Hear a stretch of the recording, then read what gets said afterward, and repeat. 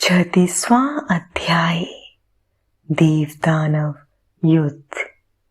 व्यास जी ने संत कुमार जी से पूछा, हे ब्रह्मपुत्र, जब भगवान शिव का संदेश लेकर दैत्यराज शंखचूड़ का वह दूत वापस अपने स्वामी शंखचूड़ के पास चला गया, तब क्या हुआ?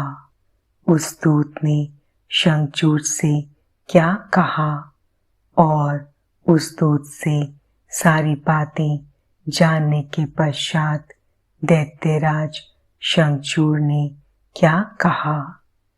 हे महर्षि, कृपा करके इस संबंध में मुझे सविस्तार बताइए।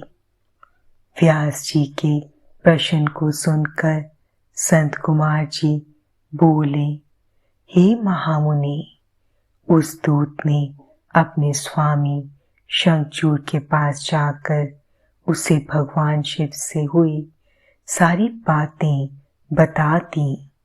शिव जी की कही बातें सुनकर शंखचूड़ और अधिक क्रोधित हो उठा और उसने अपनी विशाल दैत्य सेना को तुरंत युद्ध के लिए चलने की आज्ञा प्रदान कर दी।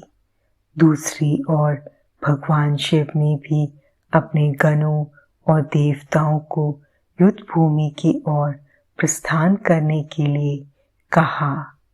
देवताओं और दानवों दोनों की सेनाएं पूरी जोश और साहस के साथ लड़ने हेतु तत्पर होकर आगे बढ़ने लगी। दानवों की सेना में सबसे आगे शंखचूड़ था और दूसरी ओर देव सेना में त्रिलोकीनाथ भगवान शिव सबसे आगे चल रहे थे। दोनों सेनाएं अपने स्वामियों के जय घोष के साथ आगे बढ़ रही थीं। उस समय चारों ओर रणभेरियां बजने लगी थीं। कुछ ही समय पश्चात देवता और दैत्य आमने सामने थे। एक दूसरे को अपना घोर शत्रु समझकर दोनों एक दूसरे पर टूट पड़े। भयानक युद्ध होने लगा। हर ओर मार काट, चीख पुकार मची हुई थी। युद्ध का दृश्य अत्यंत हृदय विदारक था। भगवान श्री हरि विष्णु के साथ दंभ, कलासुर के साथ कालका, गोकर्ण के साथ हुताशन तो कालंबिक के साथ वरुण देव का युद्ध होने लगा। सब युद्ध करने में मगन थे, परंतु भगवान शिव तथा देवी भद्रकाली अभी तक ऐसे ही बैठे थे। उन्होंने युद्ध करना शुरू नहीं किया था।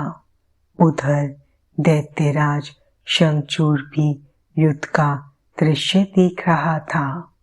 उस समय युद्ध अपने चरम पर था। दोनों सेनाएं घमासान युद्ध कर रही थीं। सभी बड़ी वीरता से लड़ रहे थे और युद्ध में अनेक प्रकार के आयुधों का प्रयोग कर रहे थे। कुछ ही देर में पृथ्वी कटे मरे और घायल योद्धाओं से पट गई।